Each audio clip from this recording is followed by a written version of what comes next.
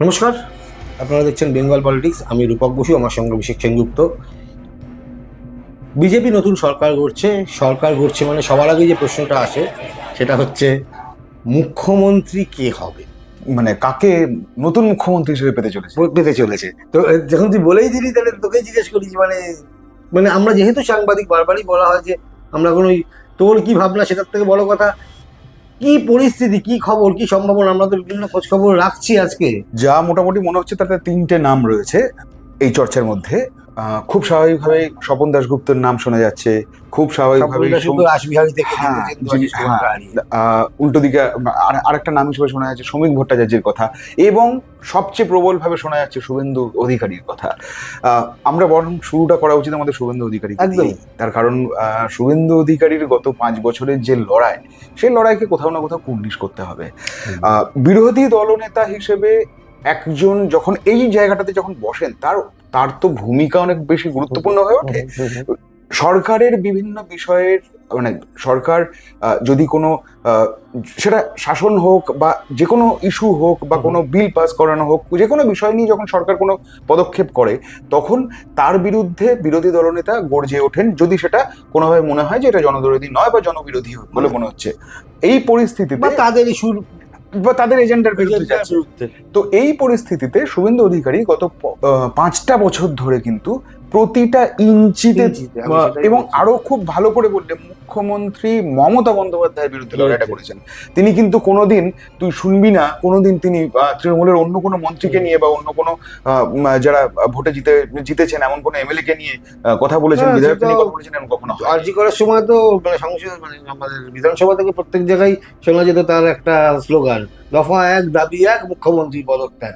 আরজি করার সময় এবং তিনি বলেওছেন একাধিকবার যে আমাকে কিন্তু অভিষেককে নিয়েও প্রশ্ন করবেন না, মানে অভিষেক বন্দ্যোপাধ্যায় ভাইপো করতেন, কিন্তু তারপরে সেই আমাকে প্রশ্ন করবেন না, আমি আমার একটাই লক্ষ্য মমতা বন্দ্যোপাধ্যায়কে মানে গদি থেকে সরানো এবং কংগ্রেসকে পশ্চিমবঙ্গের সরকার থেকে সরানো এবং এবং বিজেপিকে এই রাজ্যে কায়েম করা বা নিয়ে আসা। তো এই লক্ষ্যে শুভেন্দু অধিকারী সফল বলাই যায়। কয়েকটা পয়েন্ট এই ক্ষেত্রে বলতে হবে। প্রথম কথা, শুধুমাত্র শুভেন্দু অধিকারীকে তার ওই মানে চূড়ান্ত বিরোধী মনোভাবের জন্য যে তাকে মুখ্যমন্ত্রী করে দিতে হবে ব্যাপারটা এরকম নয়। কিন্তু একটা জিনিস বুঝতে হবে যে এই বাংলাতে গত 5 বছরে বিজেপিতে যদি কোনো মুখ থেকে থাকেন যিনি রাউন্ড দ্য ক্লক গোটা বাংলা ছুটে বেরিয়েছেন, যদি এরকম করে থেকে থাকেন, সেটা শুভেন্দু অধিকারী ছাড়া অন্য কেউ নেই, এটা নিয়ে কোনো দ্বিমত নেই। আরো একটা বড় ব্যাপার হচ্ছে, যেখানে যেখানে বিজেপি ক্রাইসিসে পড়েছে বাংলার বুকে, সেখানে সেখানে কিন্তু প্রথম যে লোকটাকে দেখা গিয়েছে তার নাম কিন্তু শুভেন্দু অধিকারী, এ নিয়ে কোনো দ্বিমত নেই। এবং একই সঙ্গে আরো একটা ব্যাপার, তিনি জানেন যে তৃণমূলের বিরুদ্ধে লড়াই করছেন, অর্থাৎ শাসকের বিরুদ্ধে লড়াই করছেন। এই লড়াইয়ের বিরুদ্ধে এবং তিনি একদিকে যেমন শাসক দলের যাবতীয় প্লাস পয়েন্ট মাইনাস পয়েন্ট জানেন, কিন্তু একই সঙ্গে এটাও তো ঘটনা যে বিরোধী দল নেতা হওয়ার পর যখন তিনি দাঁড়ান এসে উল্টো দিকে যখন শাসক থাকে, তখন কিন্তু বিরোধী দলনেতার হয় প্রচন্ড লড়াই থাকবে তার, অথবা কোথাও কোথাও হয়তো আপোষের কোনো জায়গাও থাকতে পারে। শুভেন্দু অধিকারী কিন্তু প্রথম পথে বেঁচেছেন এবং তার চরিত্রটা চাই। শুভেন্দু অধিকারী কিন্তু ছাত্র রাজনীতি করে উঠে আসা লোক। হ্যাঁ, শুভেন্দু অধিকারী একটা পারিবারিক ঐতিহ্য রয়েছে, সেটা আমরা সবাই জানি। সংঘ পরিবারের সেটা পরের দিকে, প্রথম দিকে তো কংগ্রেস করে উঠে আসা, কংগ্রেস ছাত্র পরিষদের নেতা ছিলেন। শুভেন্দু অধিকারীর এই উত্থান মানে আজকে যখন আমরা কথা বলছি যে শুভেন্দু অধিকারী পরবর্তী মুখ্যমন্ত্রী হতে পারেন, এবং সেক্ষেত্রে হলে কিন্তু সরাসরি কোনো জেলার মানুষ, মানে প্রত্যেকেই হয়তো একটা ব্যাকগ্রাউন্ডে জেলা আছে, কিন্তু একদম জেলা থেকে আক্ষরিক অর্থেই জেলা থেকে উঠে আসা সেরকম রিসেন্ট টাইমে ব্যতিক্রমী কিন্তু ব্যাপার ঘটবে। সেক্ষেত্রে এরকম কিন্তু সাধারণত হয়নি, বাংলার রাজনীতিতে দেখা যায়, সাম্প্রতিকতে দেখা যায়নি। দ্বিতীয় কথা হচ্ছে, কোথায় তোর মনে হয় না, আমার যেটা ভীষণ মনে হয় যে ঠিক মমতা ব্যানার্জি 11 সালের আগে থেকে যেভাবে সিপিএম এর বিরুদ্ধে আন্দোলন, যে তার একটাই দাবি, একটাই সংগ্রাম, একটাই লড়াই, সিপিএম কে উৎখাত করো। এখানে ঠিক তুই যে প্রশ্নটা করতে চাইছিস, তার মানে যে শুভেন্দু কি একই লাইনে হেঁটেই লাইন অফ অ্যাকশন। একটা জিনিস বুঝতে হবে যে শুভেন্দু অধিকারী কিন্তু মমতার অত্যন্ত ঘনিষ্ঠ ছিলেন ওই পর্বটাতে, যে পর্বটাতে লড়াই চলছে নন্দীগ্রাম সিঙ্গুর, একদম তো ওই পর্বটাতে, এবং নন্দীগ্রাম সিঙ্গুরের ওই আন্দোলনটাতে কিন্তু দায়িত্বে শুভেন্দুই সে সময়, শুভেন্দু অধিকারী সে সময় ছিলেন। টাফ, কারণ নন্দীগ্রাম সিঙ্গুর বলে একটা জিনিস মানে এটা ওয়ান অফ দ্য ইস্যু, কিন্তু একটা বড় ইস্যু তো বটে অবশ্যই। সেই অর্থে কিন্তু 2026-এর যে পরিবর্তন, হ্যাঁ, পালাবদলের তাতে কিন্তু সেই রকম ভাবে কোনো ইনসিডেন্টাল ইস্যু নেই না। এবার এই সিচুয়েশন, সেটা লড়াইটা অনেক কঠিন, অনেক কঠিন লড়াই। ওই রকম কোনো ঘটনা ঘটে আরজি করকেও কিন্তু বিজেপি যে বিরাট ক্যাশ করতে পেরেছিল, ফলে কোথাও না কোথাও কিন্তু শুভেন্দুকে লড়াইটা কিন্তু একদম নিচে তলায় নেমে করতে হয়েছে। এবং শুভেন্দুর জয়, মানে শুভেন্দু অধিকারীর, শুভেন্দুবাবুর জয়টা এইখানেই যে শুভেন্দুবাবু কিন্তু একটা জিনিস করার চেষ্টা সবসময় করেছেন, সেটা হচ্ছে যে নিচে তলার মানুষের সঙ্গে যেমন তার কানেকশন রয়েছে, তেমনি উপরতলা মানুষের সঙ্গে কানেকশন রয়েছে। এই যে একটা অলওয়েজ মোদি থেকে একদম একটা যে সেতু সবসময় তৈরি করে রাখা, এইটা ওনার ক্যারেক্টারের একটা খুব ইম্পর্টেন্ট পার্ট। সেকেন্ড পার্টটা বলবো, যেটা তুই জানলে আরো বেশি সারপ্রাইজ হবি, সেটা হচ্ছে যে শুভেন্দুবাবু কিন্তু কখনোই সংগঠনের বাইরে গিয়ে আমিত্বে বিশ্বাস করেননি, যেটা খানিকটা তৃণমূলের ক্ষেত্রে বলা হয় যে মমতা বন্দ্যোপাধ্যায়ের বাইরে আর দলটা কোথায় অস্তিত্ব। সেদিক থেকে দেখলে কিন্তু মমতা বন্দ্যোপাধ্যায়ের দল থেকে উঠে এসে তিনি কিন্তু বেসিক্যালি একটা যে দলে বিরাজ করেছেন এই পর্যন্ত গত 5 বছর 7 বছর, যেভাবে তুই ভাব না কেন, তাতে কিন্তু একটা কাঠামোর উপর দাঁড়িয়ে এই বিরোধিতার কাজটা করেছে। ফলে ডিসিপ্লিনড পলিটিক্স কিন্তু শুভেন্দু অধিকারীর মধ্যে প্রবলভাবে রয়েছে, এ নিয়ে কোনো সন্দেহ নেই।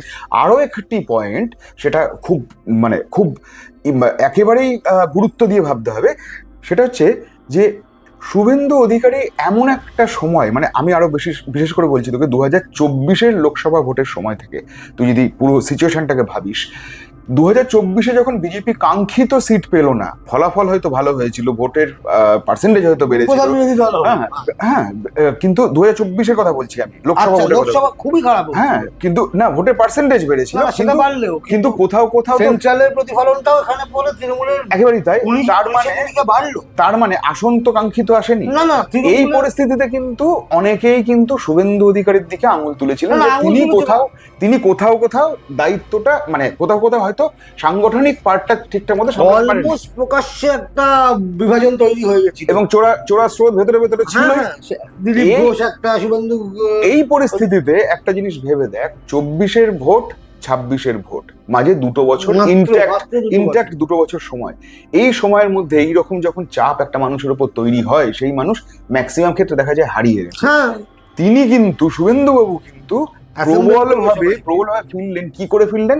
তিনি কয়েকটা অঙ্ক মেলানোর চেষ্টা করলেন। তিনি একটা জিনিস বলেছিলেন, দেখ, শুভেন্দুবাবুকে নিয়ে হয়তো অনেক কথা বলে থাকতে পারেন, কিন্তু শুভেন্দুবাবুর লড়াইকে কোনো অবস্থায় অস্বীকার করা যায় না। হ্যাঁ, করা যায় না, কিন্তু এক্ষেত্রে তার লড়াইটা আরো বেশি নজরে পড়েছে এই ক্ষেত্রটাতে।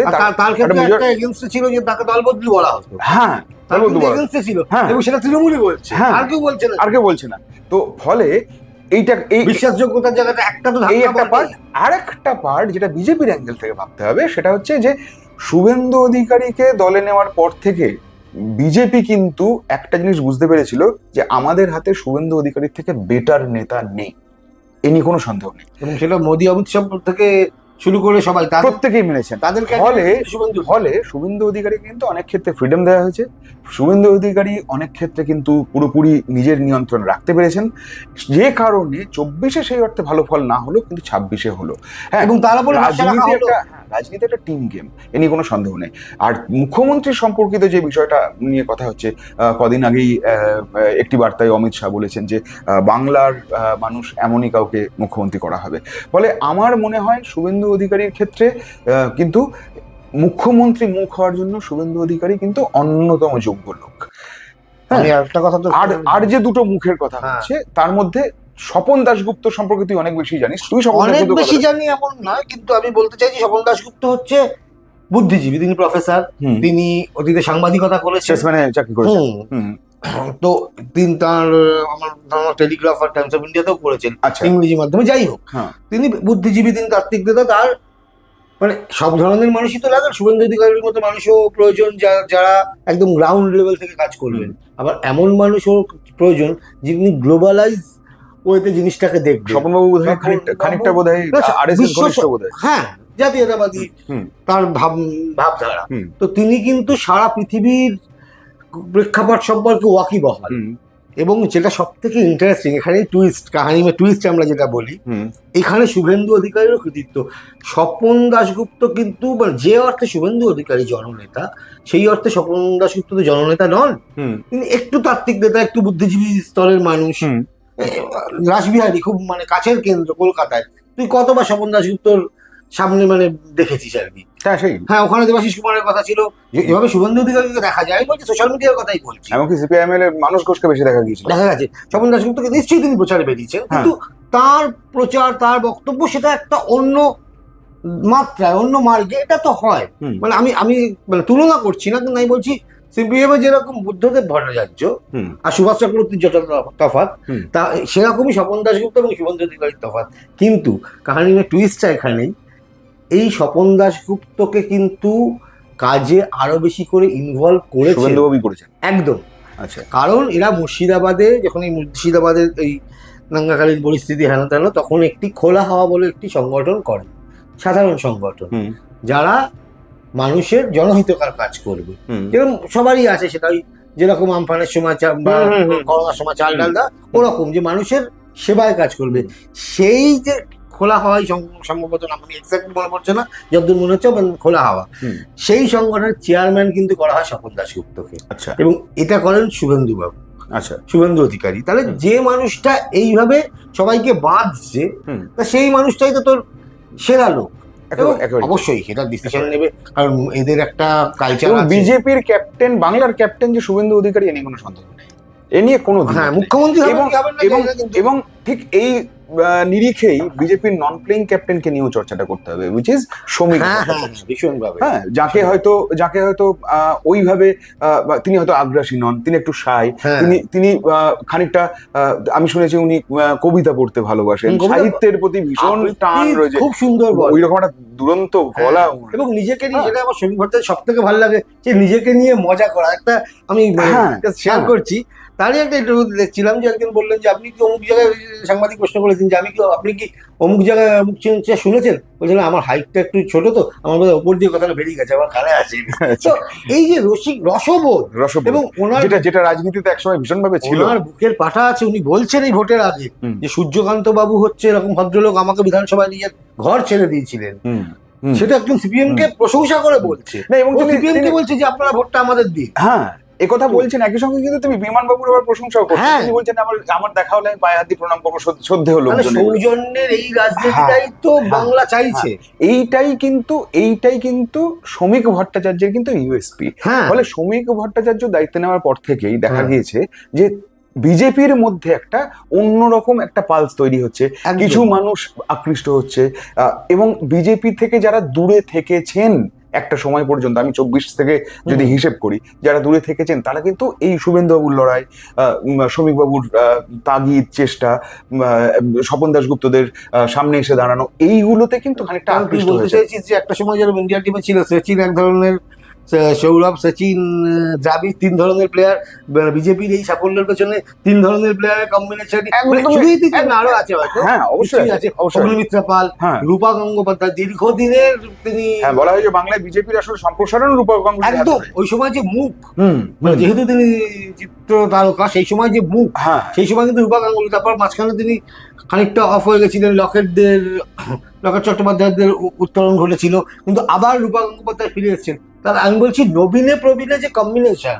হ্যাঁ, এটা দরকার পড়ে একটা দলের জেতার জন্য। তো একটা ডেফিনেটলি একটা খানিকটা নবীন থাকবে, খানিকটা এক্সপিরিয়েন্স লোকজন থাকবে, এইভাবে হয়তো আমার মনে হয় ব্যক্তিগতভাবে, আমি যতটুকু বুঝেছি তাতে মনে হচ্ছে বিজেপির ক্ষেত্রে একটা ব্যাপার অন্যান্য রাজ্যের ক্ষেত্রে বিজেপি যেমন করে, কাকে নিয়ে এসে কখন বসিয়ে দেবে এটা বোঝা যায় না। যেমন আসামের ক্ষেত্রে বলা হচ্ছে যে হিমন্ত বিশ্ব শর্মা হয়তো মুখ্যমন্ত্রী নাও থাকতে পারেন, তার বদলে অন্য কাউকে নিয়ে আসা হতে পারে। তো বিজেপি কিন্তু যে সমস্ত রাজ্যে ক্ষমতায় রয়েছে তাদের ক্ষেত্রে কিন্তু হঠাৎ রদবদল করে, বা নতুন বা একদম হিসেবের মধ্যে না থাকা কোনো লোক। কিন্তু বাংলার ক্ষেত্রে আমার মনে হয় বিজেপি কোন রকম এক্সপেরিমেন্টে যাবে না, কারণ এই প্রথমবার বাংলায় পা রাখা, 1। 2 নম্বর হচ্ছে এই বাংলা বরাবরের কাঙ্ক্ষিত স্বপ্ন, হ্যাঁ, শ্যামাপ্রসাদ মুখোপাধ্যায়ের স্বপ্ন। ফলে এত বছর পর সেই অঙ্ক মেলানোর জায়গায় পৌঁছে যাওয়ার পর বিজেপি এমন কোনো সিদ্ধান্ত নেবে না যেটা বুমেরাং হতে পারে, বা থেকেই হ্যাঁ যে একটা বিরোধিতার মুখে পড়া, মাছ নিয়ে কথা আর কি, যে মাছ খাওয়া হবে না, কে মাছ খাওয়া হবে না, যে আমি মাছ সেটাই তো ফলে ওইগুলো ফালতু কথা, স্ট্র্যাটেজি। মানে এটা কিন্তু ওরকম খুব কাকতালীয়। এমনিতে হয়তো এমনি যদি মাছ বিতর্ক না আসতো তাহলে হয়তো বিজেপি সত্যি মাছ আজকে করতোই না। কে মাছ করে? মাংসই তো করে লোক। হ্যাঁ, মানে আমি বলছি যদি আমিষ করতেই হয় তাহলে ভালো মন্দ খাবো। তো বলে ব্যাপারটা সেটা নয়, বিজেপিও জানে যে কোথায় কোথায় বাঙালির, এই যে আমরা বাঙালির দল নয়, বাঙালির দল নয়, এই যে কথাটা আমরা বারবার শুনে আসছি, আমি বাঙালির দল হিসেবেই প্রমাণ করবো। হ্যাঁ, যেটা বলে গেছে অলরেডি। একেবারেই তাই। তো ফলে বিজেপির এই জায়গাটাতে আমার মনে হয় 3টে নাম হয়তো আছে, তবে শুভেন্দুবাবু হয়তো অনেকখানি এগিয়ে রয়েছে, আমারও মনে হয়। হ্যাঁ, তো শ্রমিক ভট্টাচার্য, স্বপন দাশগুপ্ত, এদের কারোর পার্সোনাল স্কিলকে আমি ছোট করছি না কোথাও, এরা নিশ্চিতভাবেই অত্যন্ত গুরুত্বপূর্ণ মানুষ দিয়েছে। বিজেপি নিশ্চয়ই সার্ভে করেছে, বিজেপি তো তাদের কাছে ভোট চাইতে গেছিল বলেই তারা ভোটটা পেয়েছে। মানে বিজেপি চাইনি আর তারা দিয়ে দিয়েছে এমন তো ব্যাপারটা নয়, কখনোই তো হয় না। তারা যে কাকে নেতা ভাবছেন সেটাও নিশ্চয়ই বিজেপির শীর্ষ নেতৃত্ব মানে তারা অনেক বেশি এজেন্সি দিয়ে তারা সার্ভেটা করায়। এবং আরো একটা ইম্পর্টেন্ট পার্ট যেটা আমরা আলোচনার মধ্যে আনিনি এতক্ষণ, শুভেন্দুবাবুর পক্ষে যেটা ভীষণভাবে যায় সেটা হচ্ছে এই যে নন্দীগ্রাম এবং ভবানীপুর দুটো জায়গা থেকে একসঙ্গে একটা লোককে দাঁড় করানো। তার মানেটা কি? তার মানে তো আমি এটা প্রমাণ করে দিলাম যে আমার দি বেস্ট, এই মুখটাই আমার সবচেয়ে সেরা মুখ, যে মুখকে আমি মুখ্যমন্ত্রীর সাথেই টক্কর করবো, মুখ্যমন্ত্রীর সঙ্গে টক্কর করাবো, আমি নন্দীগ্রামেই দাঁড় করাবো। তার মানে কি? দুটো জায়গা থেকে নন্দীগ্রামে দাঁড় করানোর পিছনে কারণটা কি? তার মানে পূর্ব মেদিনীপুরটা যেহেতু শুভেন্দু অধিকারী যেহেতু মেদিনীপুরের দখল অনেক বেশি, ফলে যে কারণে নন্দীগ্রাম থেকে সরাতে চাওয়া হয়নি।